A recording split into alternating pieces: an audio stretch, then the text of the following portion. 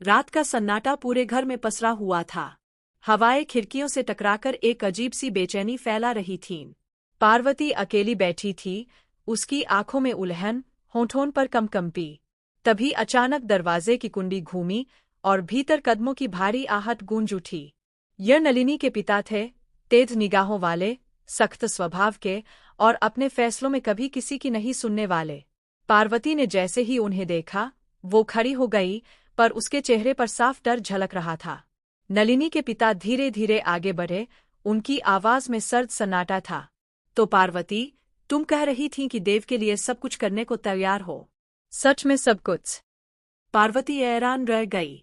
उसे लगा जैसे किसी ने उसके दिल पर पत्थर रख दिया हो। उसके मन में सवाल गूंजा, आखिर ये कैसी बात कर रहे हैं? क्या चाहते हैं मुझसे? धीरे से उसने कांपती आवाज में कहा, जी हाँ, देव के लिए मैं सब कुछ कर सकती हूँ, बस वो खुश रहे। यह सुनते ही नलिनी के पिता के चेहरे पर एक अजीब मुस्कान फैल गई, ठंडी और निर्दयी। उन्होंने कहा, अगर सच में देव से इतना प्यार करती हो तो फिर उसे छोड़ दो, हमेशा के लिए उसके रास्ते से हट जाओ। देव की सगाई नलिनी से हो चुकी है और अब जल्द ही उनकी शादी भी होने वाली है। अगर तुम उसे सच में खुश देखना चाहती हो तो उसका जीवन बर्बाद मत करो, उसे जाने दो।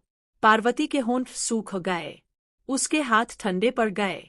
वह चुपचाप नलिनी के पिता की ओर देखती रही, आंखों में आंसू, दिल में तूफान।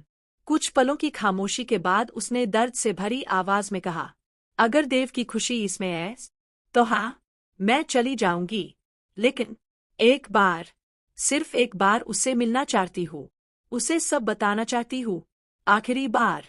उसके शब्दों में वो टूटन थी जो सिर्फ सच्चे प्यार में होती है।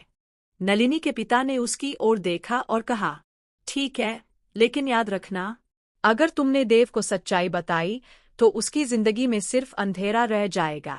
बेहतर होगा चुप रहो। लेकिन पार्वती के मन में एक आग जल चुकी थी, वो अब चुप नहीं रह सकती थी।